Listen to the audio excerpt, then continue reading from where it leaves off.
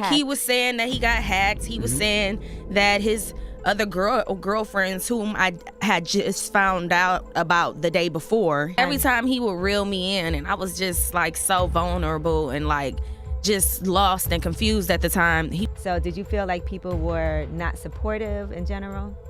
I think people were supportive. It was like half and half, to be honest. You know, situation was going down. Like, I was out of it every day because I just was so humiliated. So I didn't even want to show it. Teairra Mae has shockingly revealed that JayZ and Rihanna brought her fledgling to a brutal and shocking halt for their own gains. But what is all this about? Well, as it turns out, even Queen Riri has question marks over her career. Someone very close to the situation even had this to say. This changed the lives of Rihanna and Teairra. We had a showcase, and at the showcase there were two artists performing. Her name is Teairra Mae, and she's a really sweet girl. And the reason behind Teairra being sidelined for Rihanna will shock you. To the showcase, you know, Beyonce just gave me one of those looks, and he said, that Rihanna girl, she's a beast. And she looked away, right? And I was like, so I did a Rihanna double take.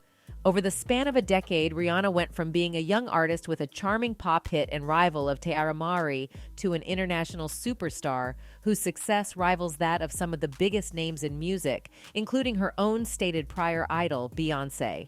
Rihanna's career took off after she met record producer Evan Rogers in 2003. Rihanna was born in St. Michael, Barbados. While discussing her career in 2005, Rihanna mentioned that Rogers was married to a Barbadian and that the two had met through mutual friends. After hearing Rihanna perform in her hotel room, he asked her to join him in the studio. The completed demo was forwarded to other record labels, and Def Jam quickly signed on. She gave an audition to JayZ, who was so unusually delighted that he offered her a recording contract on the spot.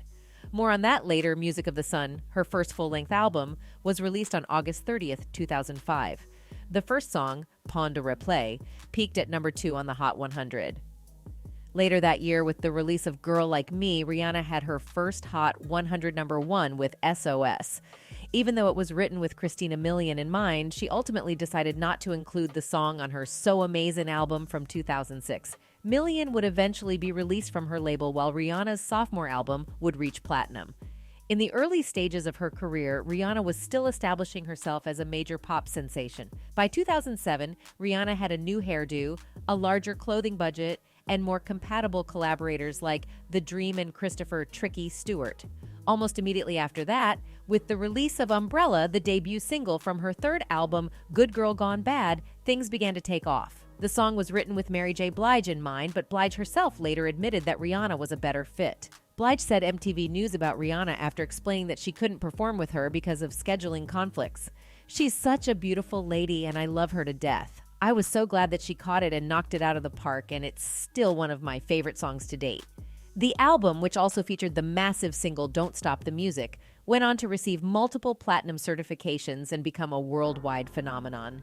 In response to her meteoric rise to stardom, re-released a remastered version of her breakthrough album, Good Girl Gone Bad Reloaded, and embarked on a world tour.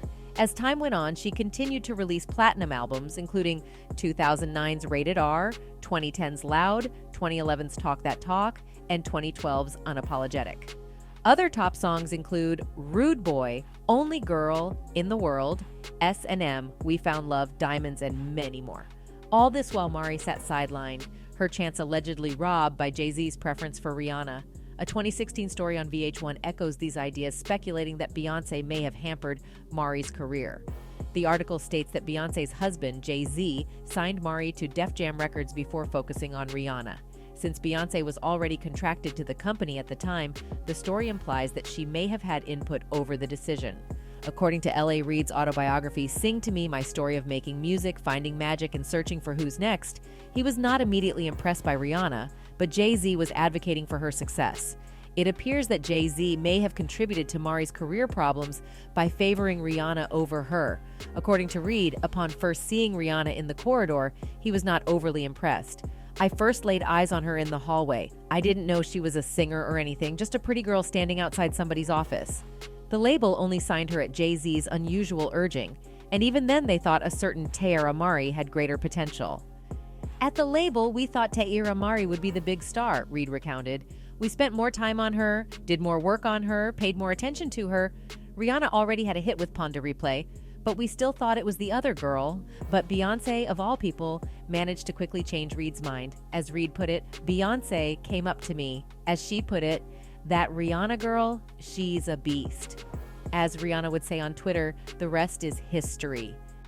Now one must ask the question, why did JayZ take such a sudden and aggressive interest in Rihanna? Well, allegedly, JayZ may have groomed Rihanna during her early years in the music industry.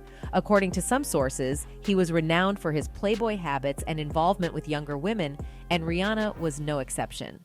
He purportedly took her under his wing and aided in her career development, although some suspect that he may have had ulterior motives.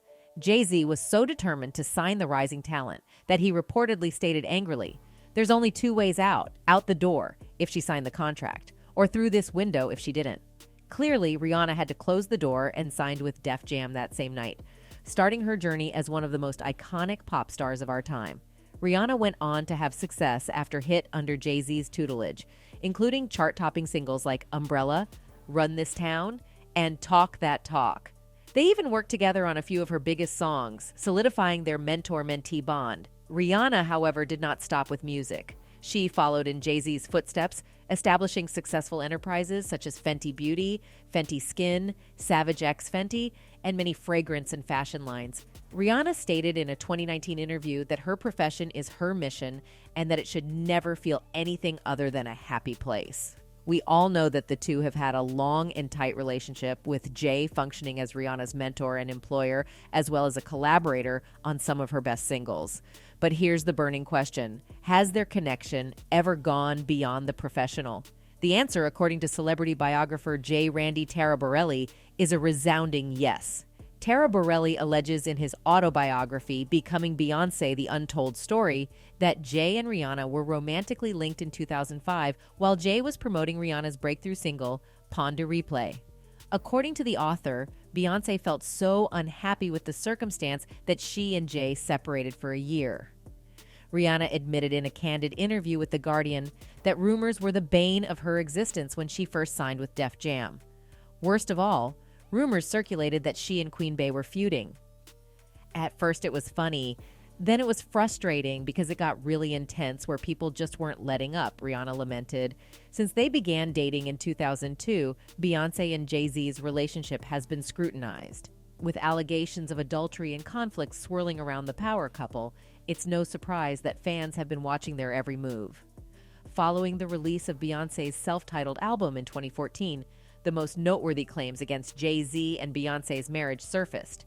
Many fans were left wondering if there was problems in Paradise after hearing songs about heartbreak, betrayal, and forgiveness on the album. Several songs on the album's lyrics alluded to adultery, such as "He only want me when I'm not there," "He better call Becky with the good hair" in Sorry. Despite the speculations, JayZ and Beyoncé have kept silent about the status of their marriage. JayZ finally addressed the adultery charges in a 2016 interview with the New York Times, saying, "The hardest thing is seeing pain on someone's face that you caused, and then have to deal with yourself." He also revealed that he and Beyoncé had been going to therapy to work through their troubles, so there was definitely more to the whole thing than met the eye.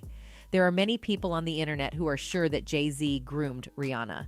This one said, JayZ has groomed not only Beyoncé, but also Foxy Brown and Rihanna, and those are only his known victims. This person pointed out how frustrating it was. "I'm so confused as to why JayZ dropped Teairra Mae, but kept Rihanna. Teairra looks and sounds way better, SMH, the fuckery in the industry." And this person thought JayZ should have invested in them both. All she had to do was put down that bottle down and make those studio calls. Teairra and Rihanna could have made Roc Nation billions more than Rye did alone together. What do you think? That's all for the video, folks. Thanks for watching.